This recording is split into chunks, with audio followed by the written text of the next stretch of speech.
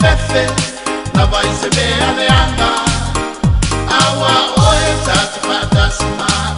fatasima o laura au malouto to oe whaama whanawhana ina iau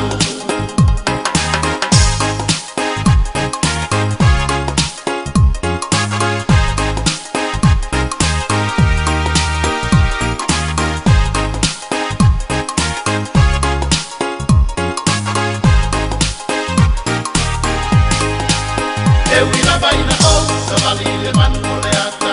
o le ata o le oti o ke le fefe na vai se mea le anga